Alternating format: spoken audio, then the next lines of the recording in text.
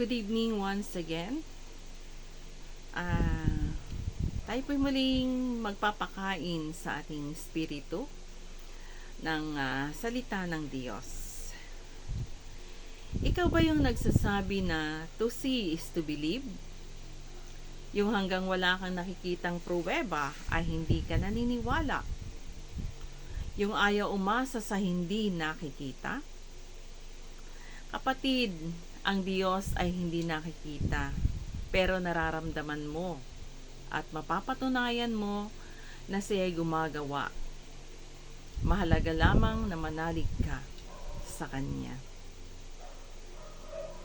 Sabi ng Hebreo 11:1, tayo'y may pananalig kung nagtitiwala tayong mangyayari ang mga inaasahan natin at naniniwala sa mga bagay na di nakikita.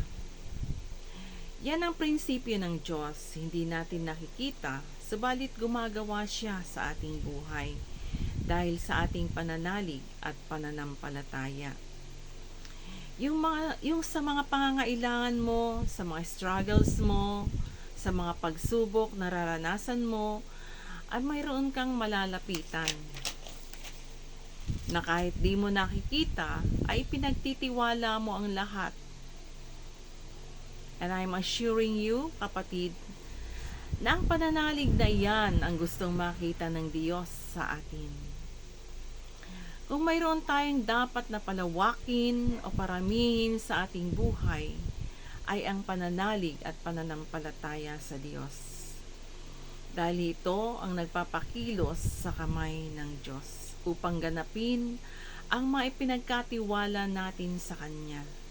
Yung mga laman ng ating mga panalangin, yung mga pagdulog natin sa mga panahon na tayo ay nahihirapan sa mga bagay-bagay.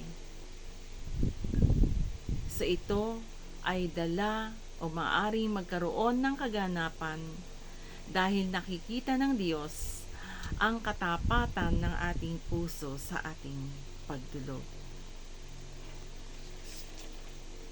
Sabi nga, ang pananalig ay naniniwala tayo sa mga bagay na di nakikita, hindi sa nakikita.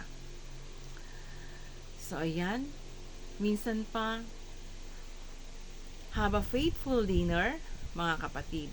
I hope na busog ang inyong mga espiritu sa ating mga pinagsaluhang salita ng Diyos sa gabing ito. Tandaan lamang, palagi sa ating buhay, God or Jesus loves you.